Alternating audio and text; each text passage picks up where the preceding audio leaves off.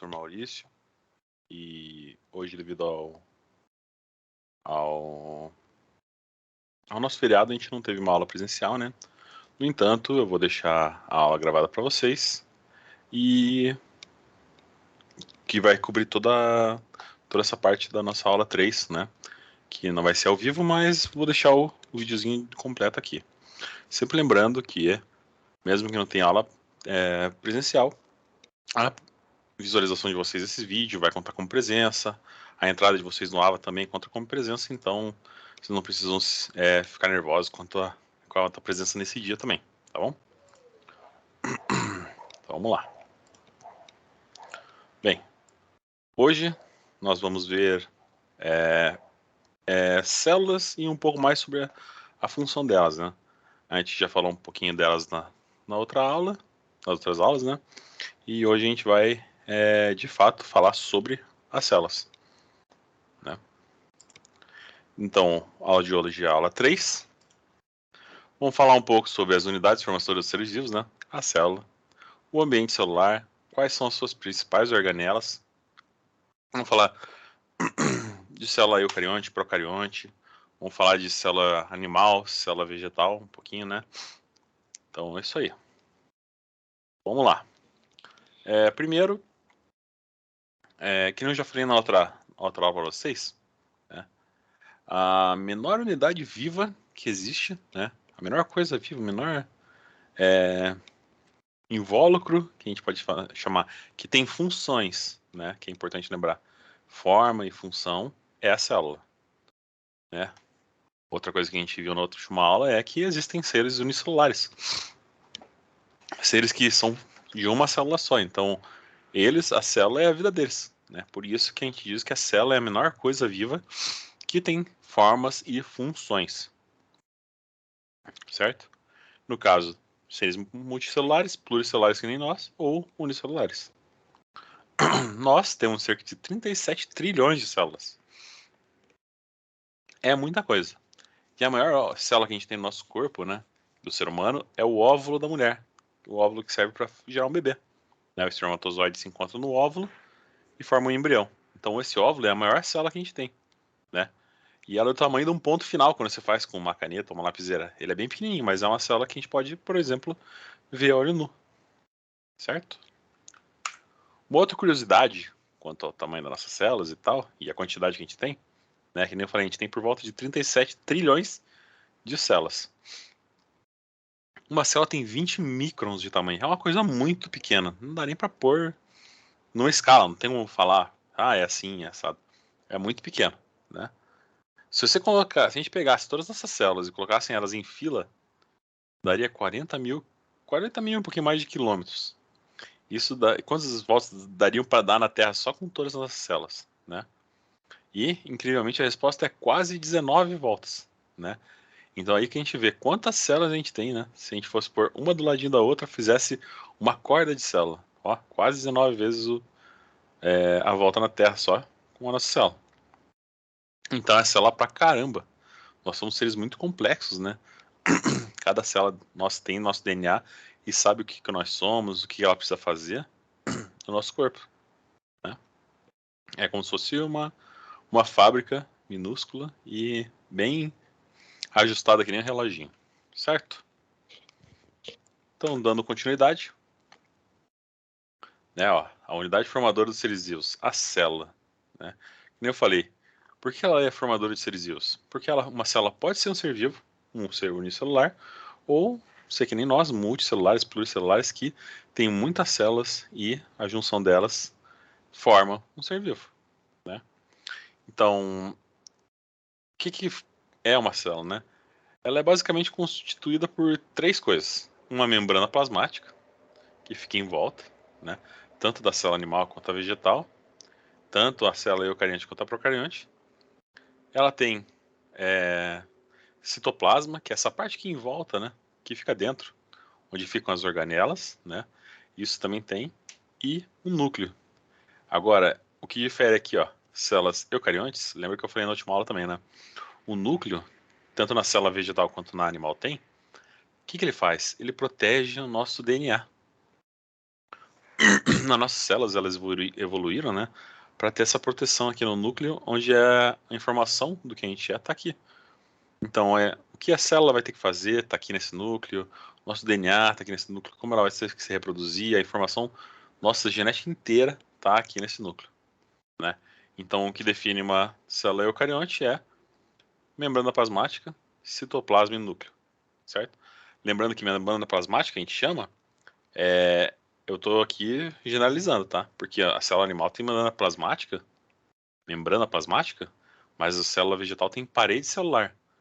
Eu tô dizendo que elas têm como se fosse um invólucro, mas é um pouquinho diferente da vegetal e da animal, a gente vai ver daqui a pouquinho, certo? Então tá. E o que tem na nossa célula, né? Parece ser uma coisa tão complexa quando a gente vê aqui na imagem, né? Olha só, parece uma sopa maluca, sei lá, né? Parece que tem uma mortadela aqui, uma gosma verde, uma uva, né? O que é aquela coisa dessa? O que constitui toda essa célula, que é uma coisa que às vezes deixa a gente meio encucado, fica pensando, né? Às vezes eu me pego pensando, pô, isso aqui parece tanto um- uma constelação. Imagina se aqui dentro tivesse outra coisa viva e isso fossem os planetas e a gente está no universo que na verdade a gente é uma célula, né? Mas isso aí são devaneios e vem outra hora, né? Então tá, o que constitui uma célula? Primeiro, água, né? A gente sabe que os seres vivos, que nem a gente, por exemplo, né? Não vou generalizar, mas o ser humano, ele é mais ou menos 70% água. Então a gente tem muito líquido dentro do nosso corpo.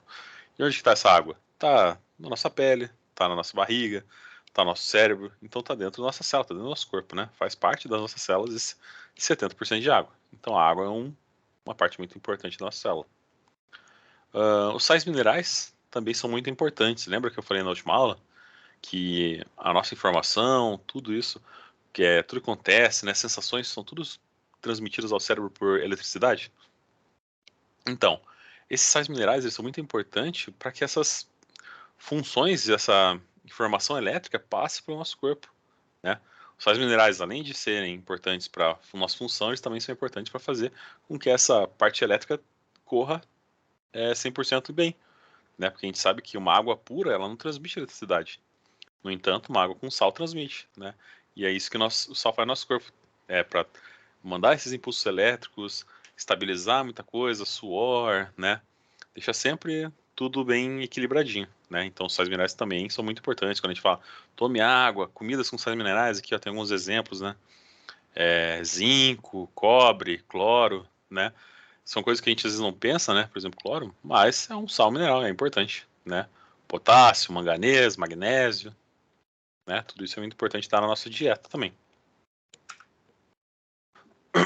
Outra coisa que tem dentro das células também são os carboidratos, né?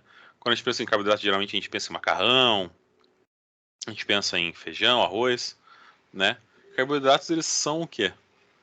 Eles são como se fosse uma junção de algumas moléculas atômicas, algumas moléculas, né? Que tem carbono, hidrogênio, oxigênio e são grande fonte de energia, né? Quando a gente vê macarrão, quando a gente vê pão, né? Cereais, todos esses aqui, que eu pus aqui as fontes naturais de carboidratos, a gente pensa em energia. Se você quer fazer uma atividade física e precisa de energia, você tem que dar uma preferência a carboidrato do que a proteína, por exemplo. Porque o carboidrato vai te dar muita energia, né? Porque os carboidratos são açúcares, né? Que vem aqui, ó, por exemplo, são encontrados em cereais, são encontrados de um tipo é encontrado em cereal, outros tipos são encontrados em feijão, ervilha, né? Tem no leite, tem na fruta, tudo que tem açúcar tem carboidrato. Então, sacarose, que é o carboidrato do açúcar, né? Também tem a lactose, que é o açúcar, que é o carboidrato do leite, né? Então tem vários tipos de carboidratos diferentes em vários tipos de lugares diferentes também que dão energias diferentes, né? Algumas são mais absorvidas mais rápido, outras mais devagar, né? Mas isso também é parte importante na geração de energia para o nosso corpo.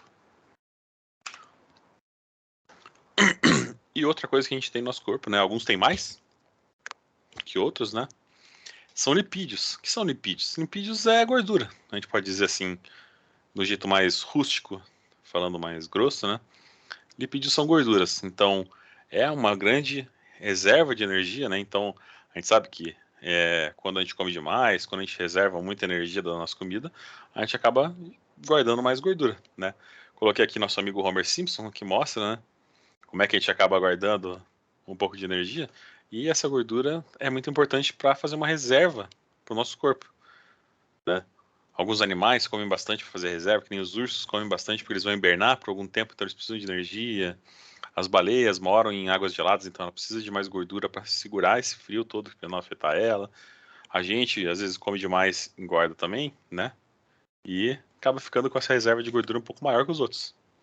Mas a gordura, os lipídios, são para isso que servem. Eles servem para tanto proteger a gente do calor, quer dizer, proteger a gente da temperatura do frio, quanto para servir de reserva de energia, né?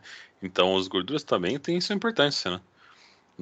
Não é saudável ter 0% de gordura, também não é saudável ter 100% de gordura, né? Temos que ter sempre o equilíbrio e ver o que é importante para cada um. Seguindo então, outra coisa que a gente tem no nosso corpo e na nossa célula, que é muito importante, são as proteínas, né? Sempre fala, quem vai na academia toma proteína, né? Tal comida tem mais proteína, tem menos proteína. Por que a proteína é tão importante? Por quê?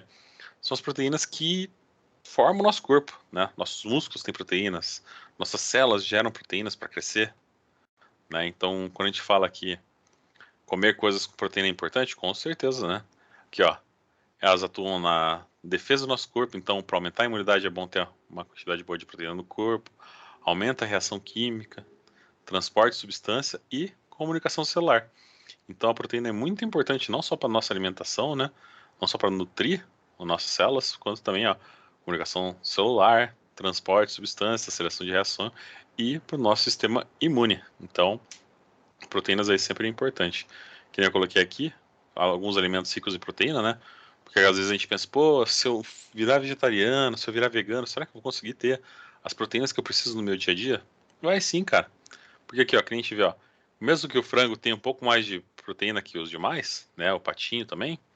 A lentilha tem proteína, a quinoa tem proteína, grão de bico, feijão são dois alimentos bem ricos, quando a gente pensa em vegetais, né? Bem ricos em proteína também. Iogurte, ovo, queijo, né? Então a gente sabe que essas coisas baseadas em animais, que nem ó, carne de gado, peixe, queijo, né? E leite, essas coisas têm bastante proteína, mas conseguimos também pegar essa proteína necessária para o nosso corpo dos grãos, né? Como por exemplo, né? Quando a gente pensa em uma dieta vegana ou uma dieta vegetariana que possui ovos, né? Leite também. Então dá para conseguir proteína não só comendo carne, né? Às vezes a pessoa tem uma dieta específica, né? Não pode comer carne, às vezes tem uma, sei lá, uma alergia, alguma coisa assim, então nem sempre a pessoa não come carne porque não gosta ou porque não quer. Ou às vezes ela precisa não comer carne, né? Então fica uma dica aí, quem quiser sempre buscar alimentos proteicos, fica aqui pensando sempre nesses aqui. Frango, por isso que aquele marombado lá sempre fala do comer frango, né? Frango é uma boa fonte de proteína e é uma fonte mais barata também, né? Mais barato do que ficar comprando carne vermelha todo dia. Então, seguindo,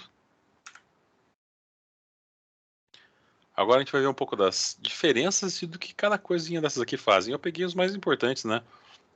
Porque não dá pra falar de tudo também, que senão ia ficar uma coisa muito chata, muito complexa e a gente não tá aqui pra isso. A gente tá aqui pra entender como é que a célula funciona basicamente e a região mais importante dela. Então, quando a gente pensa aqui na célula animal e na vegetal, lembra que eu falei antes que ela tem algumas diferenças? Não são muitas diferenças não, quando a gente vai ver. Ó, a maioria das coisas aqui ela tem nos dois, né? Quando a gente vê aqui, ó, citoesqueleto tem nos dois, retículo endoplasmático tem nos dois, nucleolo tem nos dois, o núcleo tem nos dois, complexo de Golgi, mitocôndria, citoplasma, peroxissônia, ribossomo tem nos dois. Mas o que que muda, né? Então, é mais fácil a gente falar o que que a célula vegetal tem de diferente do nosso do que a nossa aqui, né? Então, o que que muda mais drasticamente aqui na vegetal para animal? Então, primeiramente, a gente vê essa coisinha verde aqui na célula vegetal. Quando a gente pensa em verde, quando a gente pensa em planta, pelo menos na minha cabeça, a primeira coisa que eu penso é fotossíntese, né? Uma coisa em comum que a gente sabe que as plantas têm é essa cor esverdeada da clorofila, né? E a clorofila está dentro da célula vegetal e é por isso que a maioria das folhas são verdes, é por isso que a maioria das plantas ela tem aquele verde mesmo característico. Árvores, plantas, flores, frutos, todas têm uma partezinha verde porque é ali que acontece a fotossíntese, né? Então, primeiramente, uma coisa diferente que ela tem é o cloroplasto, que é onde vai ter essa região da clorofila, tudo aqui, vai ser responsável pela fotossíntese. Depois a gente vai ver um pouquinho mais sobre o cloroplasto. Outra diferença bem notável também é a parede celular. Lembra que eu falei antes de que essa era uma diferença? Uma diferença bem drástica entre uma célula vegetal e um animal é, por exemplo, a diferença entre uma árvore e uma pessoa, né? A gente sabe que uma árvore é uma coisa dura, enquanto as pessoas elas são molinhas, né? Tirando no osso, nós somos seres molinhos, né? A gente muda, a gente cresce, a gente envelhece, a gente é muito mais maleável. No entanto, quando a gente pensa numa árvore, é uma coisa muito rígida. E ela é rígida, em grande parte, por causa dessa parede celular aqui, né? Que ela tem uma, uma, uma, uma importância um pouquinho diferente da nossa, né? Enquanto a nossa ela é feita com vários tipos de células diferentes, né? A gente tem célula óssea, a gente tem célula muscular, né? A maioria delas é molinha também. A célula vegetal ela é muito estrutural, né? Então ela tem que dar sustentação para a planta. Pode ser uma árvore bem dura, pode ser uma flor bem sensível, todas elas vão ter parede celular, né? Algumas um pouco mais rígidas, mas um pouco mais com formação diferente, um pouco mais grossas, e outras um pouquinho mais finas, mas todas têm parede celular. E outra parte importante também é esse vacúolo central aqui grande, né? Também só existe na célula vegetal. É importante também fazer essa aqui para fazer troca de água, né? Que a gente pensa, como ela tem uma parede celular um pouco mais dura, se ela encher de água, né? Se a gente colocar muita água na planta, ela poderia estourar essa parede celular aqui. E é para isso que serve esse vacúolo central aqui. Ele fica jogando água para fora, caso entre muita água na célula, para ela não explodir, né? Então é outras coisas diferentes que a gente tem, né? E a gente tem centríolos, que é uma coisa que eles não têm. E a gente vai ver já já o que esse centríolo faz também, certo? Então, sempre que a gente precisar pensar na diferença mais gritante entre uma célula animal e uma célula vegetal células vegetais têm cloroplastos da clorofila, né? Cloro, quando a gente pensa no nomezinho, ó, cloroplastos, clorofila, né? Parede celular, por quê? Porque a árvore é dura, então ela tem uma parede, né? Ela não tem uma membrana. A gente tem uma membrana porque nós somos gelatinosos aqui, somos molinhos, né? Então é um pouquinho diferente. E um grande vacúolo central que serve para regular, né, essa água toda que tem dentro da célula vegetal, que é um pouquinho diferente da nossa, né, por causa dessa parede celular que vai ser um pouquinho diferente. A gente vai ver o porquê da nossa membrana ser tão específica e tão importante para a nossa célula também, certo? Então vamos lá. Então, primeira coisa que a gente vai ver hoje, né, vão ser os ribossomos. Qual que é a função do ribossomo, né?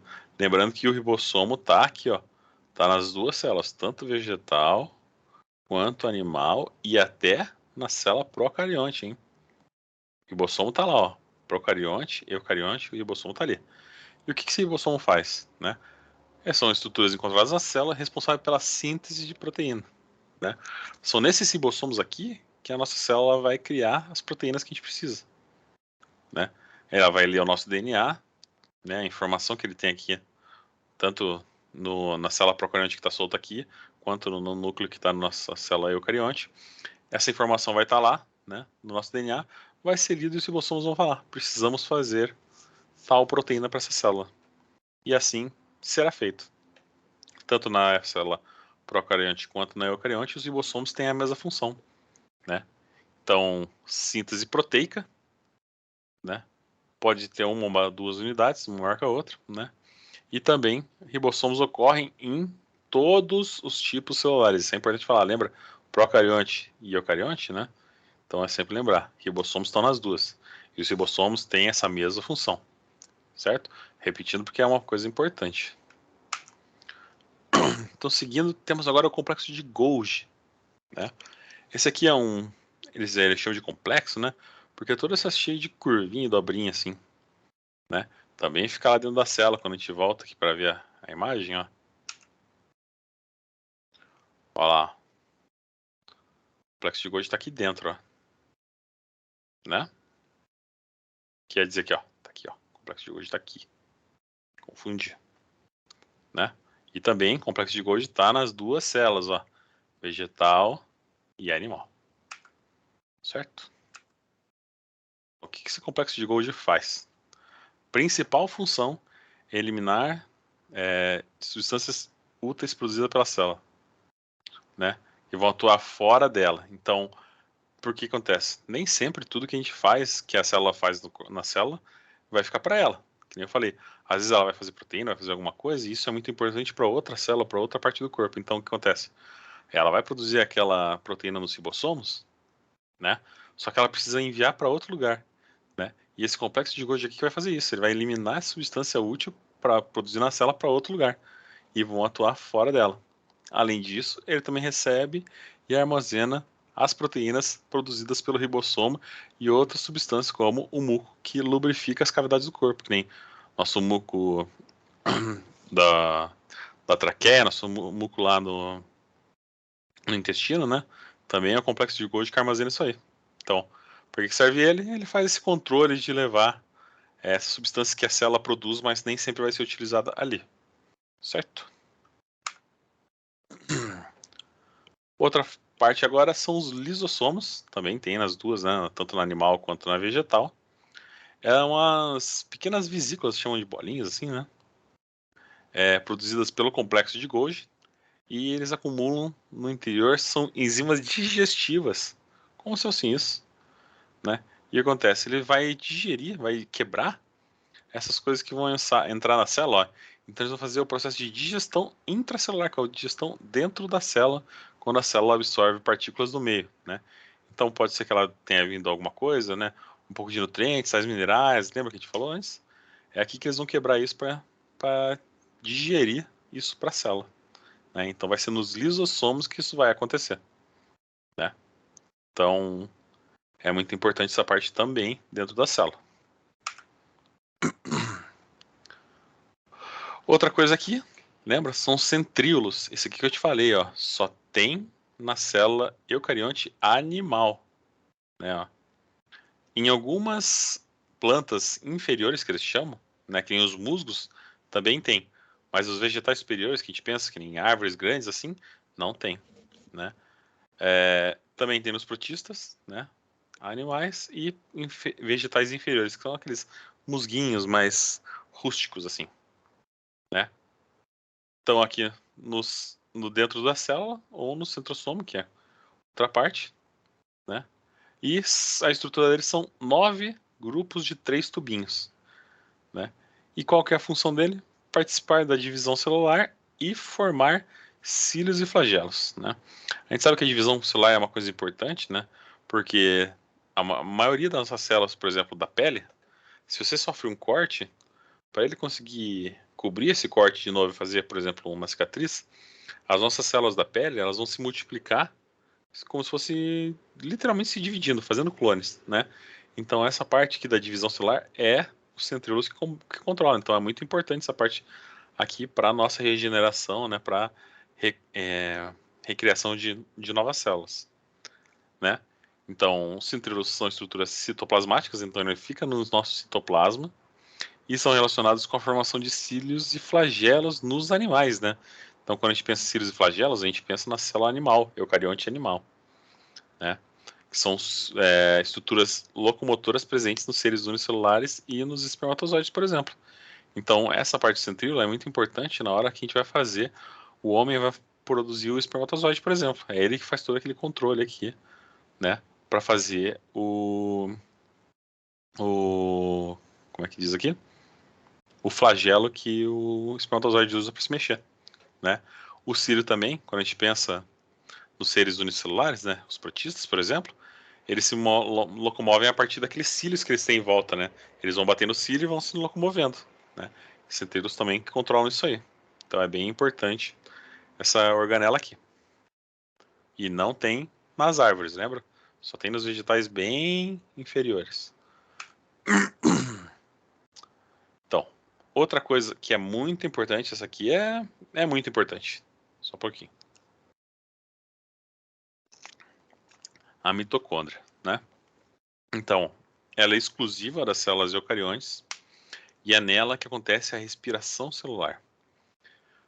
Quando a gente pensa em respiração celular, a gente pensa na gente respirando, né?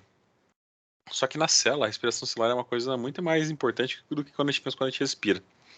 É óbvio que respiração é uma coisa importante. Se a gente for pensar o que a gente não consegue viver sem, com certeza a respiração é uma das coisas que a gente pensa primeiro. Porque a gente consegue ficar um tempão sem beber água, a gente consegue ficar um tempão sem comer, mas infelizmente a gente não consegue passar mais de alguns minutos sem respirar, né? Por quê? Porque a nossa célula, nosso corpo, ele precisa desse oxigênio para tudo funcionar, né? E é esse oxigênio que vai levar, que vai entrar nas nossas células e vai criar a nossa energia também. Então a gente chama de respiração celular, nada mais é do que a energia que a gente usa no nosso corpo, né? O ATP, ó. Eles pegam aquela energia, aquele oxigênio que chega, por isso que eles chamam de respiração, porque ele pega o oxigênio que o nosso sangue leva, né? E faz um processo que vai fazer a adenosina trifosfato, ATP, que é a principal fonte de energia das células. É como se fosse o açúcar que tem dentro da célula, é isso aqui. É ele que vai, tudo que a célula precisa fazer, que gaste energia, é utilizado isso aqui, certo? Como se fosse a comidinha da célula. Então a mitocôndria é muito importante por causa disso. A mitocôndria é como se fosse a usina de energia da célula. É ela que faz tudo funcionar, é ela que cria energia, é ela que pega e dá todo o ATP que a célula precisa. Então a mitocôndria é muito importante, hein? Isso às vezes cai bastante em questão de vestibular, questão tipo show do milhão. Vamos perguntar coisas sobre mitocôndria, pode ter certeza.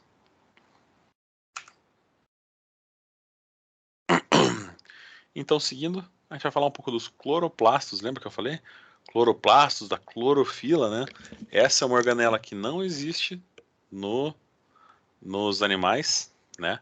Ela existe em alguns seres procariontes e nas plantas, né? Procariontes, quando a gente lembra que tem cloroplastos, são as algas, né? Que a gente viu na última aula. Então, cloroplastos estão nos procariontes, que são as algas, e nos vegetais, certo? Então, organelas que apresentam somente nas células de vegetais e algas, né? Que são ricas em clorofila. Lembra que eu falei? Cloroplastos, clorofila, né? Associação aí é importante fazer. Tem uma coloração verde, por quê? Porque vem da clorofila. A clorofila é uma molécula verde, né? Então ela vai dar essa coloração aqui. E estão relacionados com o processo de fotossíntese. Lembra que eu falei? Todas as plantas, de algum jeito, vão ter alguma coisa verde. Seja uma flor, uma rosa, ela tem folha verde. Seja uma árvore, ela vai ter uma folha verde. Pode ser. A maioria dos vegetais, não vou generalizar também, porque sempre tem uma exceção, né? Mas a maioria, 99,9% dos seres que fazem fotossíntese são totalmente. Tem totalmente uma célula verde ou uma folha, alguma coisa assim, né? E os cloroplastos são organelas celulares que participam desse processo de fotossíntese. Por isso que é muito importante. Então, lembrando, cloroplastos nas algas, que são procariontes, e nos vegetais, nas plantas do reino plant, né? Então, seguindo, o que a gente vai falar agora? A gente vai falar da parede celular. Lembra que eu falei antes que ela era um pouquinho diferente da nossa membrana? Então, na parede celular, a principal função é proporcionar sustentação, resistência e proteção contra patógenos externos, que seriam, por exemplo, doenças, né? Então, quando tiver aqui a célula vegetal, ela parece um pouco mais estruturada, um pouco mais reforçada que a nossa, lembra?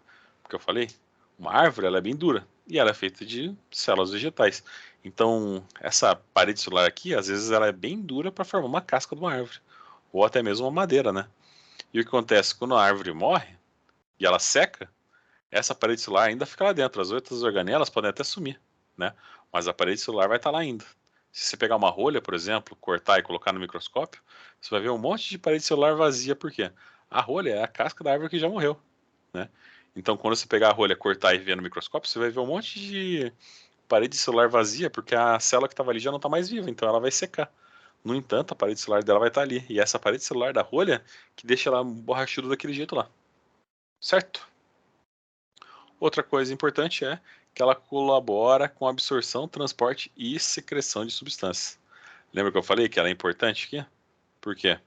Ela também funciona como um filtro, então ela não deixa qualquer coisa entrar, qualquer coisa sair, né? Até porque ela é bem grossa e bem resistente, né? E permite a troca de substâncias com as células vizinhas, né? A gente sabe, por exemplo, que já tem outra célula grudada aqui, ó. que ela vem aqui, ó. Aqui começa outra, já engloba aqui. Aqui também já engloba outra. E ela tá ligada com várias células, né? Que nem a nossa. Nossas células estão todas encostando umas das outras, né? Só que a ligação delas é um pouquinho diferente do que a da nossa. Outra também importante é ela protege contra a entrada excessiva de água, evitando a ruptura da célula. Lembra que eu falei do vacúolo, que era importante aqui? O vacúolo ele tira qualquer água extra que entra. Mas outra proteção que eles têm é essa parede celular aqui que também não deixa qualquer água entrar, né? Como ele serve como uma casquinha, como uma coisa mais resistente, não é tão fácil assim da água penetrar, não é como se fosse um, um papel que molha fácil, né? Ele tem sua resistência. Outra função importante é confere forma aos vegetais. Então, se a gente tem uma árvore dura, é porque a parede vegetal daquelas células são mais duras.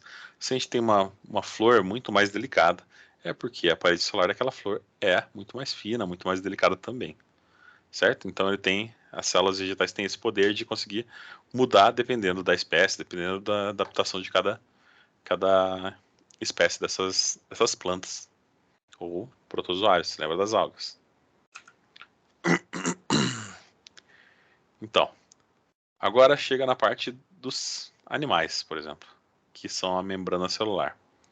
Então, é uma estrutura que ela serve primeiramente para delimitar a célula, né? Então, a gente sabe que a célula está ali e ela é delimitada por essa membrana, né? É a membrana que segura tudo junto. Primeiramente, essa é a primeira função dela, né?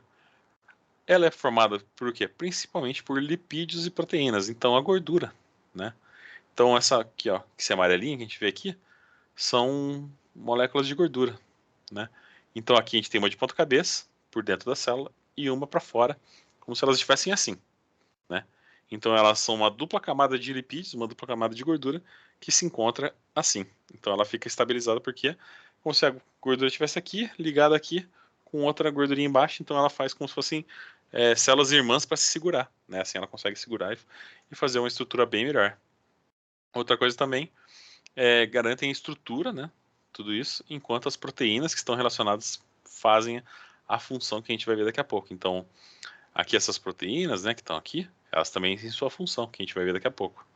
E carboidrato também, glicoproteína, vai ter um monte de coisa aqui diferente na nossa membrana, mas o mais importante é sempre lembrar da parede aqui, que é formada de lipídio, né? E das proteínas que vão fazer sua função. E quais são as funções na membrana celular, né? Primeiramente, ela tem uma permeabilidade, então acontece. A célula não está totalmente isolada, ela não está no vácuo, né? Ela tem que deixar entrar e sair algumas coisas. Lembra que a gente falou? Alguma das coisas que ela mesma produz, ela tem que mandar para outra célula, outras coisas ela tem que pegar de fora. Então, tem que sempre ter essa troca, né? Ela tem que ter essa capacidade de devolver coisas, pegar coisas, enviar coisas, né? Então, ela tem que ter esses buraquinhos que a gente viu lá, que são feitos pelas proteínas, né? Para que cada coisa aqui aconteça de alguma forma. Uns entram e saem, outros só saem, outros só entram, né? Então, ela tem toda essas habilidades aí para saber o que ela tem que enviar e o que ela tem que pegar, né? Então ela consegue controlar essas substâncias e o que entra e o que sai da célula e essas trocas que acontecem também. E ela acontece de dois modos. São transportes passivos. O que é passivo? É que ele não demanda energia da célula para acontecer, né? A gente sabe que isso acontece se você misturar dois tipos de água, uma salgada e uma doce. Se você pegar duas quantidades iguais, a água vai misturar e vai ficar na metade. Não vai nem ficar salgada como a super salgada e não vai ficar nem sem sal que nem a água pura que você colocou. Elas vão se misturar, né? E é isso que acontece. Então, essa mistura acontece sem ter energia nenhuma gasta, né? Isso é uma coisa passiva de acontecer. No entanto, também tem um transporte ativo que aí a energia tem que rolar ali. E é isso que a gente vai ver agora. Então, a gente vai começar primeiro com o transporte passivo, que não há gasto de energia, né? E o primeiro dele é a difusão simples, certo? Essa aqui é uma parte bem importante, galera. Essa parte da membrana aqui que eu tenho certeza que tem na prova, hein? Então, o que é uma difusão simples? Difusão simples é como se a gente pegasse. Lembra que eu falei da água com sal? É aquilo ali. Ele vai simplesmente equilibrar o que está acontecendo. Ó, aqui a gente consegue ver, ó. Ele vai misturar. Desse lado a gente vai ter cinco moléculas aqui né? E aqui em cima vai ter 5 também. Então ele vai se equilibrar. Quando você mistura a água doce com a água salgada, ela vai se equilibrar, né? Quando você pega uma água com sal, uma água sem sal, você vai misturar, ela vai ficar pela metade. Ele vai equilibrar a quantidade de sal que tem ali. Então a difusão simples é literalmente isso. Ela vai pegar o movimento de substâncias do meio mais concentrado para o meio menos concentrado, né? Isso acontece sem energia nenhuma da célula ser gasta, né? Isso aqui só pelo equilíbrio do elemento químico vai acontecer. Então esse é o primeiro transporte passivo, é a difusão simples. Seguindo com isso, a gente tem a osmose, né? Qual que é a diferença aqui quando a gente pensa em osmose, né? A gente viu aqui que nesse anterior, na difusão simples, quem passava eram os íons, eram as moléculas aqui, ó, né? Eles que igualavam aqui. E era só essas partes aqui, né? Aqui na osmose, o que, que muda é o líquido, né? Então, ó, também não há gasto de energia. E na osmose, o que absorve é a difusão do solvente. O solvente que a gente chama é o que, por exemplo, tá as coisas dentro, né? Quando a gente pensa num, num chá, o solvente é a água. Quando a gente pensa na água salgada, o solvente é a água. O solvente, a gente diz, é o que molha as coisas, a gente pode dizer.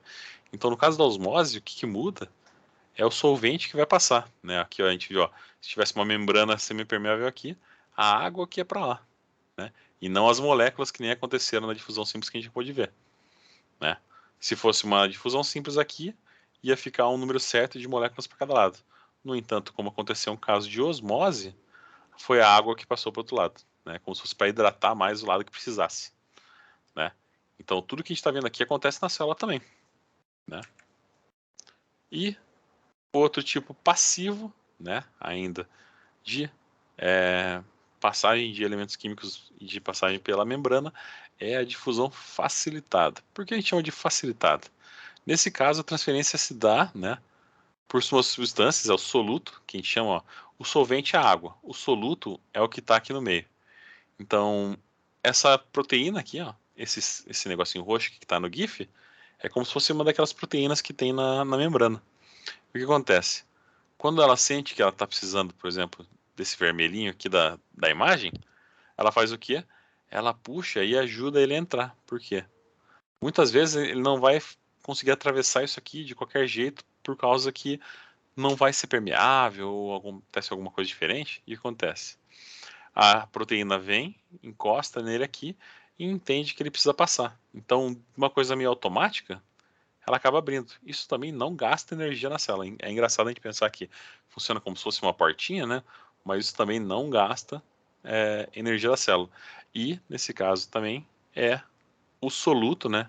As substâncias aqui que estão sendo transportadas, e não o solvente, que é a água, que acontece no caso da osmose. Certo? Então, essas são o transporte passivo. O transporte ativo é um pouco mais diferente e um pouco mais complicado também, né? No caso aqui do transporte ativo, ele ocorre um consumo de energia, né? E o transporte ativo, que é referência aqui na nossa membrana, é a bomba de sódio e potássio. Então isso é importante lembrar também, galera. Ó, quando a gente vê aqui na imagem, o Na+ é o sódio. Mesmo sendo sódio, o nome dele é Na, certo? E o potássio é o K, né? Então, como a gente está trabalhando com sódio e potássio, eles chamam de bomba de sódio e potássio. É uma bomba porque como seria uma bomba que transporta água, assim, né? Quando a gente pensa em encher caixa d'água, levar água para algum lugar, a gente fala de uma bomba, né? Nesse caso, eles chamam de bomba por quê? Porque está sendo consumida energia, como seria numa casa de uma bomba de água, para mover uma coisa de um lado para o outro, né? E o que acontece aqui, né? O nosso corpo, ele produz muito sal. Só que esse sal não é muito bom para nossa célula. E dificilmente esse sal vai passar pela nossa parede celular. Então o que precisa acontecer?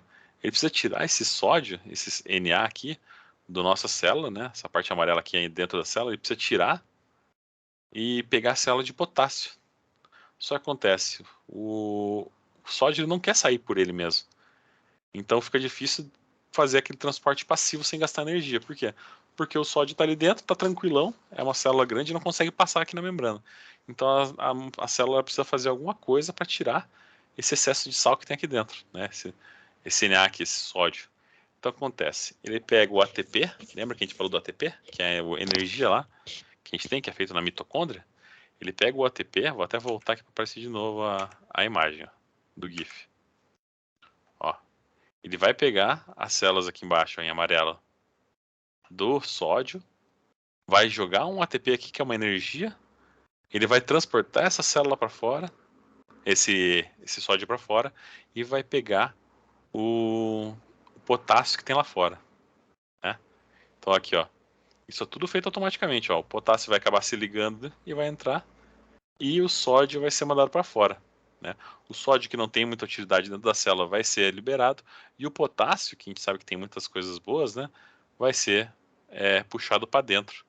Então, para puxar ele, para jogar esse sódio para fora, é um transporte ativo que tem seu gasto energético, né, que é pelo ATP, que a gente viu que é aquela energia criada lá na nossa mitocôndria.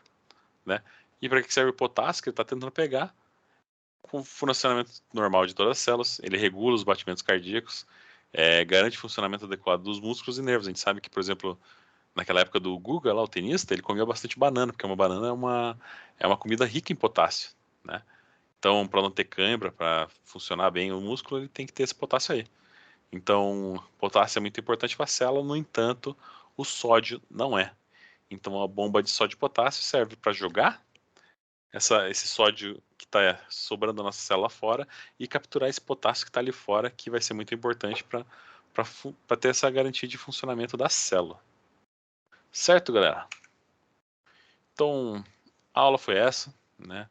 Fica aí um aviso. Se tiverem qualquer dúvida, qualquer necessidade, podem mandar mensagem para mim pelo AVA. Estou sempre ali para responder, sempre que puder, sempre que tiver no horário, sempre que eu conseguir. Vou entrar ali e responder vocês. Podem perguntar questão da prova, dúvidas externas, sempre que tiver a ver com a nossa matéria, com a disciplina, coisas externas. Ah, eu vi em tal lugar sobre um animal. Pode perguntar. Eu vi tal coisa sobre a nossa prova. Pode perguntar. Questões, perguntas, Enem, coisa assim, podem falar comigo. Estou sempre aqui para discutir isso tudo sobre a nossa disciplina e ajudar vocês. Certo? Então fica aí. Tendo alguma dúvida, pode mandar mensagem e é isso. Obrigadão, minha gente. Até mais.